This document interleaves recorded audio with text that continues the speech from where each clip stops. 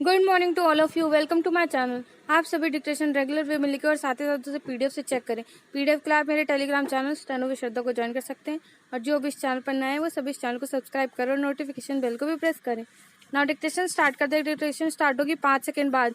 इसकी स्पीड रहेगी 80 वर्ड पर मिनट। स्टार्ट। जीवन में संतोष मिलने पर जो आनंद मिलता है वह अनिर्वचनीय है।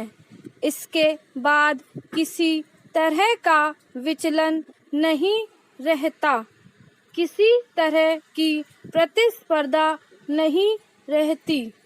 महत्वाकांक्षाओं के घोड़ों की लगाम कस जाती है। संतोष ही सुख के सागर का मार्ग प्रशस्त करता है।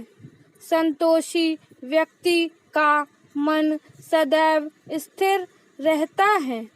वह प्रतिपल शांति की खोज में रहता है। संतोष ऐसा खजाना है जिसके सामने माणिक, अपार वैभव, अथाह धन सब मिट्टी के ढेले समान हैं। संतोष का पैमाना संपदा से नहीं है। यह तो मन की वह उदार महान स्थिति है जिसमें सब अपने से प्रतीत होते हैं। मन में द्वेष का भाव शून्य हो जाता है। पैराचेंज। संतोष महलों में स्थान नहीं खोजता, बल्कि वह झोपड़ियों में भी बड़े आनंद के साथ विचरण करता है। महलों में जब लिप्सा एवं स्वार्थ का दमन हो जाता है, आसक्ति समाप्त हो जाती है, अहंकार का मर्दन हो जाता है, तभी संतोष का पर्दापण होता है। तब धीरे धीरे महलों की प्रवृत्तियों में सात्विक परिवर्तन होने लगता है। झोपड़ियाँ संतोष को अधिक प्रिय है। प्रायः झोपड़ी वाला लिप्सा, अहंकार, संचयन से दूरी बनाकर रखता है। उसमें अत्यधिक संग्रह व प्रतिस्पर्धा का भाव नहीं रहता है।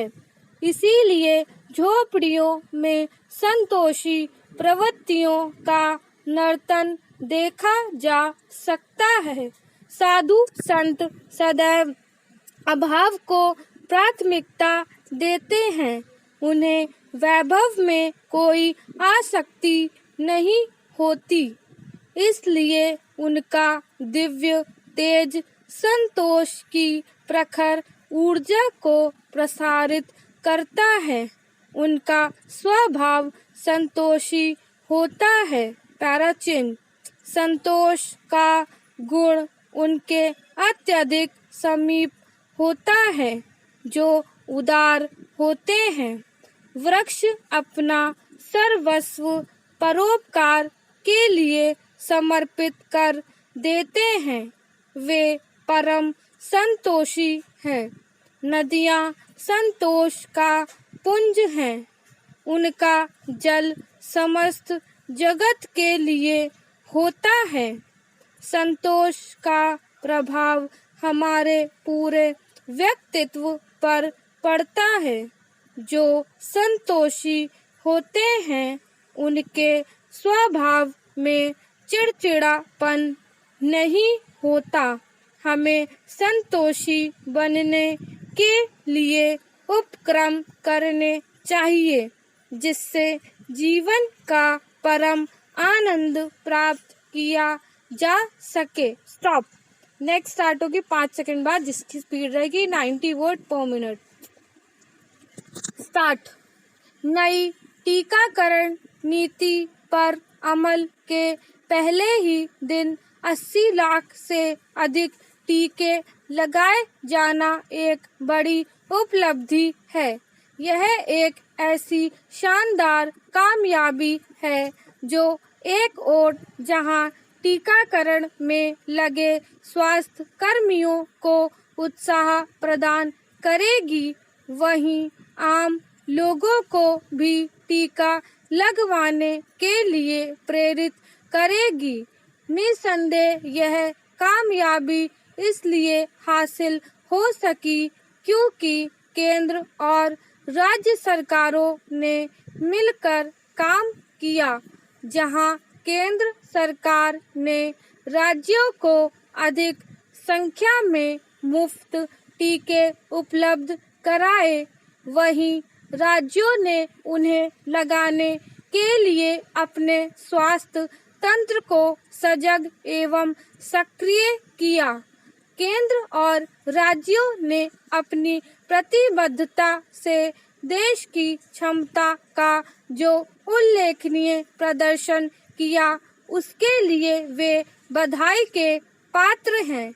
केंद्र और राज्यों के बीच यह तालमेल कायम रहना चाहिए ताकि कोविड महामारी से लड़ी जा रही कठिन लड़ाई को आसान बनाया जा सके।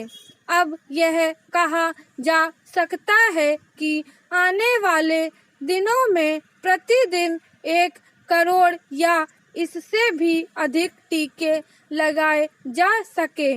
एक समय कठिन दिखने वाला यह लक्ष्य अब कहीं अधिक आसान नजर आने लगा है। टीकाकरण अभियान को जो अप्रत्याशित गति मिली, उससे यही स्पष्ट है कि टीकाकरण नीति में बदलाव अपेक्षित था।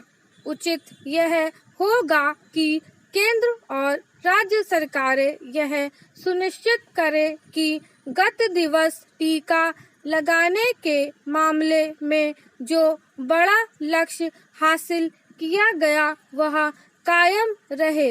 यह संभव है क्योंकि अभी करीब 76,000 टीकाकरण केंद्र ही हैं। इनमें निजी क्षेत्र के टीकाकरण केंद्र 2,000 के लगभग ही हैं। स्पष्ट है कि इसके लिए प्रयास किए जाने चाहिए कि निजी क्षेत्र के टीकाकरण केंद्र और बढ़ें। इसकी गुंजाइश भी है क्योंकि टीका बनाने वाली कंपनियों के कुल उत्पादन का 25% टीके निजी अस्पताल खरीद रहे हैं।